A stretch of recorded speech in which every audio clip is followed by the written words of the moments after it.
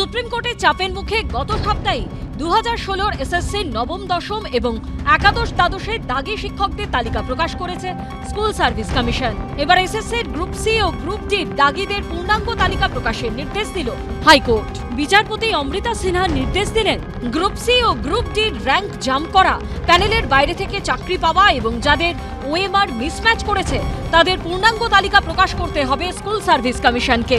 গত 3রা November group C ও group D 3512 জন দাগির নামে তালিকা প্রকাশ করেছিল স্কুল সার্ভিস কমিশন। সোমবার হাইকোর্ট নির্দেশ দিল 7293 জন দাগির নামের তালিকা প্রকাশ করতে হবে।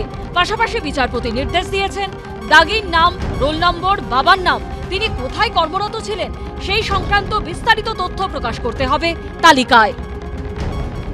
আমরা যারা আনটেইন্টেড যোগ্য যারা শিক্ষাকর্মী আছি তাদের ক্ষেত্রে তারা যে এতটা সাফারার, তারা 8 মাস ধরে বেতন পাচ্ছে না আজকে, এই অবস্থায় তাদের ক্ষেত্রে তাদেরকে কীভাবে নিয়োগ দেওয়া যাবে বা কী করে তাদেরকে রিক্রুটমেন্ট করা যাবে সেই বিষয়টা অগ্রাধিকার দিয়ে ভাবার কথা। সেখানে একদল রোজ নতুন নতুন বিষয় নিয়ে কেস করছে, প্রতিদিন আদালতে কেসগুলো উঠছে এবং বিষয়টা একটা দীর্ঘায়িত জায়গায় চলে যাচ্ছে। দুর্নীতির দায়ে চাকরি বাতিলের পর ফের গ্রুপ সি ও গ্রুপ ডি নিয়োগের বিজ্ঞপ্তি প্রকাশ করেছে স্কুল সার্ভিস কমিশন।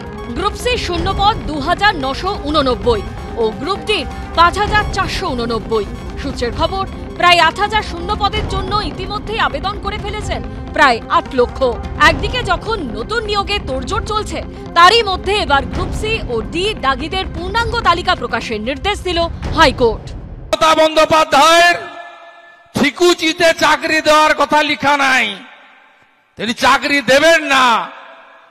2,15,00,000 বেকার, 19,000 যোগ্য শিক্ষকের চাকরি খেলো এই মমতা ব্যানার্জি। এসএসসিকে দিয়েছেন তারা বুঝবে, অমৃতা সিনহা নির্দেশ দেবেন এটা তো বোঝাই যাচ্ছিল। কিন্তু সেক্ষেত্রে সুপ্রিম কোর্টও আজকে একটা কথা বলেছে, আপনারা সেটাও উল্লেখ করুন, যে চাকরি নিয়োগের ক্ষেত্রে কোনো রকম বাধা দেওয়া যাবে না। অন্যদিকে এসএসসির নতুন নিয়োগ বিধি নিয়েও ফের প্রশ্ন তুলল হাইকোর্ট। প্রশ্ন উঠল অভিজ্ঞতা সংক্রান্ত নম্বর নিয়েও। এদিন বিচারপতি অমৃতা সিনহা বলেন, যারা নবম দশম শ্রেণীর শিক্ষকতা করেছেন তাদের একাদশ দ্বাদশের নিয়োগ প্রক্রিয়ায় অভিজ্ঞতার নম্বর দেওয়া কতটা যুক্তিযুক্ত। প্রাইমারি তো সেকেন্ডারি বা হায়ার সেকেন্ডারি সাবস্টেন্সিভ পোস্ট নয়, তাহলে তারা অবশ্যই পাওয়ার যোগ্য নয়। অত্যন্ত সাইকোলজিক্যালি এবং লজিক্যালি এই রুলসটা ফ্রেম হয়েছে যে কেন সেকেন্ডারি লেভেলের লোকেরাই পাবে, কারণ সেকেন্ডারি লেভেল বলতে 9, 10 এবং একাদশ দ্বাদশ স্তরের টিচারদেরই বলছেন, তারাই খাতার মূল্যায়ন করেন, তাই তারাই পাবে। ইতিমধ্যে চাকরিহারা যোগ্য শিক্ষকদের অভিজ্ঞতার জন্য 10 নম্বর দেওয়া নিয়েও মামলা দায়ের করা হয়েছে। কেউ দেবে 100 নম্বরের পরীক্ষা আর কেউ দেবে 90 নম্বরের পরীক্ষা। একটা চাকরির পরীক্ষা যেখানে 0.501-এর জন্য চাকরি হয় না, সেখানে 10 নম্বর একদম সবাইকে বিলিয়ে দেওয়া হচ্ছে, যার ফলে ফ্রেশাররা কিন্তু চাকরি পাবে না। এখন প্রশ্ন একটাই, এসএসসির এই জটিলতা কাটবে কবে? 31শে ডিসেম্বরের মধ্যে সব জটিলতা না কাটলে চাকরিহারা যোগ্যদের কি হবে? তখন তাদের বেতনের কি হবে? সৌভিক মজুমদার, ব্রতদেব ভট্টাচার্য ও কৃষ্ণেন্দু অধিকারীর রিপোর্ট, এবিপি আনন্দ। অভিষেক বন্দ্যোপাধ্যায় এবার তৃণমূল কংগ্রেসের তরফ থেকে নন্দীগ্রামে বিধানসভায় দাঁড়াবে। আমাকে যদি বলে নন্দীগ্রামে দাঁড়াও, আমি দাঁড়াবো। 5 বছর আগে এক বিধানসভা ভোটে রাজ্য রাজনীতি নন্দীগ্রামে মহাকাব্যিক লড়াইয়ের সাক্ষী হয়েছিল। 5 বছর পর এবারও কি নন্দীগ্রাম কোনো এপিক ব্যাটলের সাক্ষী হতে পারে? এসআইআর আবহে সুকান্ত মজুমদারের মন্তব্য এক বৃহৎ জল্পনাকে উস্কে দিয়েছে। আমার কাছে যা খবর, অভিষেক বন্দ্যোপাধ্যায় এবার তৃণমূল কংগ্রেসের তরফ থেকে নন্দীগ্রামে বিধানসভায় দাঁড়াবে, সেই জন্য নিজের পোঁধরা অফিসারদেরকে ওই জেলাতে ট্রান্সফার করা হচ্ছে।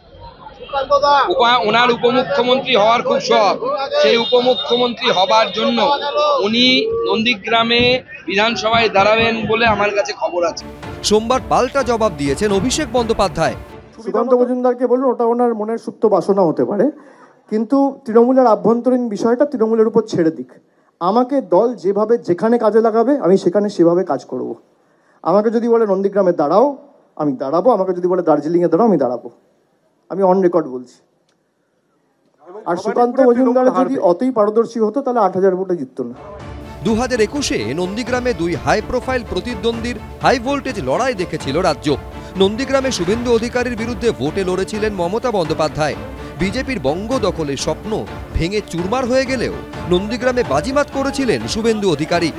এবার কি নন্দীগ্রামে শুভেন্দু অধিকারীর সঙ্গে অভিষেক বন্দ্যোপাধ্যায়ের মেগা ফাইট হতে পারে? ওখানে বিজেপি জিতবে। যেখানে বিজেপি মমতা ব্যানার্জিকে হারিয়েছে সেখানে আর কোনো প্রার্থী তৃণমূলের স্টকে আছে বলে আমার মনে হয়। ভোটের দিনক্ষণ ঘোষণা হতে এখনো ঢের দেরি। এখন থেকেই নন্দীগ্রামে কে প্রার্থী হবেন সেই ভবিষ্যৎবাণী ঘিরে তরজার আছে ফুটছে রাজ্য রাজনীতি। অনির্বাণ বিশ্বাস, ঋত্বিক প্রধান, সমীরণ পাল, এবিপি আনন্দ। এবিপি আনন্দ, এগিয়ে থাকে, এগিয়ে রাখে।